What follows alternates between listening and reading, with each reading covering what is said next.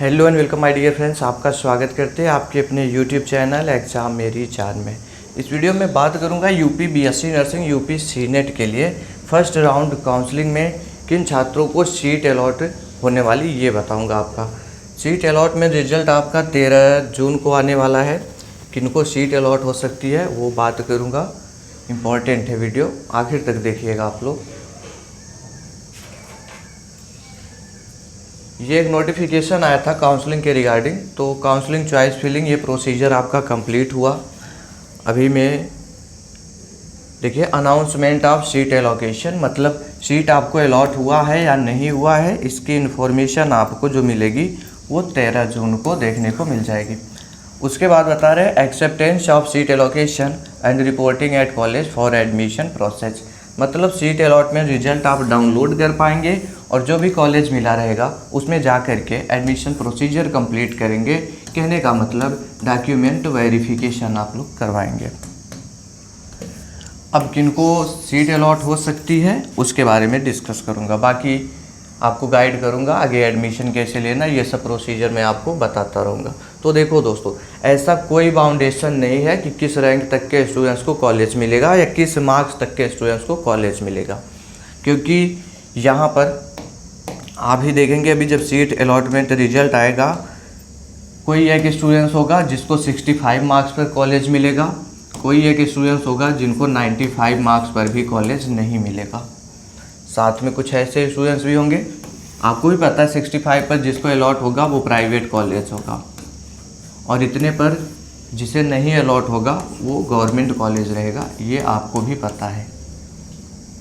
दूसरी चीज़ आप देखेंगे ऐसा भी होगा कि 95 पर गवर्नमेंट कॉलेज किसी स्टूडेंट्स को अलॉट हुआ रहेगा, और कोई एक ऐसा भी स्टूडेंट्स होगा जिसके 100 मार्क्स होंगे फिर भी इन्हें कॉलेज नहीं अलॉट हुआ रहेगा, क्योंकि ये सबसे ज़्यादा डिपेंड करती है काउंसलिंग और चॉइस फिलिंग पर, मतलब किस तरीके से आपने चॉइस फिलिंग किया हुआ है। आप अपने मार्क्स के हिसाब से, रैंक के हिसाब से अच्छे कॉलेजेस सेलेक्ट किए होंगे तो आपको मिल जाएगा।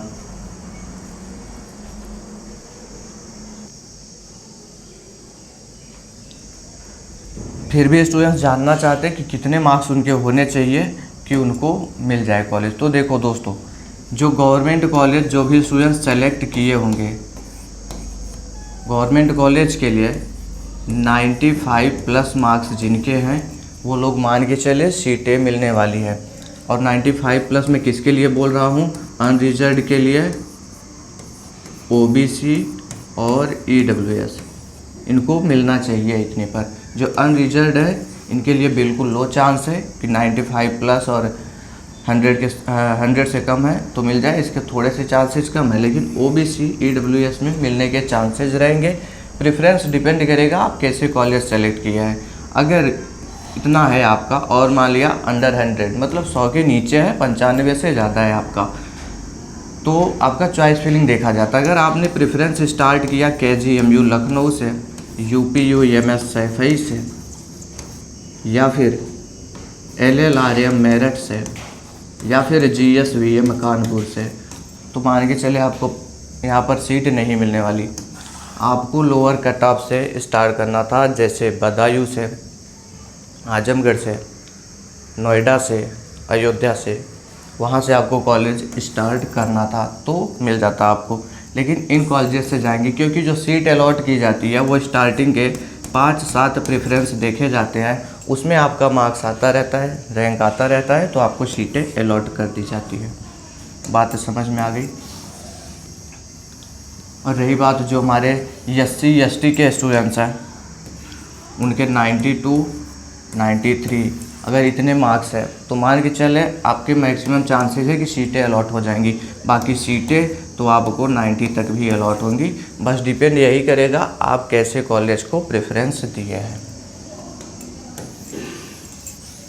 और इसके नीचे जो स्टूडेंट्स हमारे आ रहे हैं, मतलब 80 से 90 के बीच, ये श्योर है कि आप गवर्नमेंट कॉलेज के पीछे चॉइस प्रेफरेंस दिए होंगे लेकिन आपको सीट नहीं अलॉट होगी।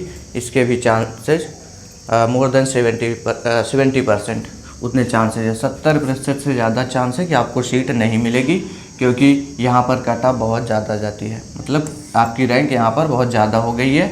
ऐसा होगा कि आपको कोई भी कॉलेज गवर्नमेंट सेक्टर का नहीं मिलेगा।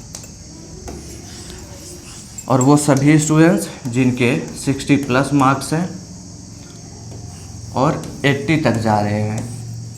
आप लोगों ने प्राइवेट कॉलेज प्रेफरेंस दिया होगा तो सभी स्टूडेंट्स को कॉलेज मिलने वाले हैं। और ध्यान दीजिएगा, फर्स्ट राउंड काउंसलिंग ये जब कंप्लीट होगा, फर्स्ट राउंड काउंसलिंग आपका कंप्लीट होगा, लगभग 10 से 15% सीटें ही बचेंगी गवर्नमेंट कॉलेज के लिए, और प्राइवेट कॉलेज के लिए इसके बाद भी लगभग 65 to 70% सीटें बचेंगी। इस पर आपकी सेकेंड राउंड काउंसलिंग होने वाली है।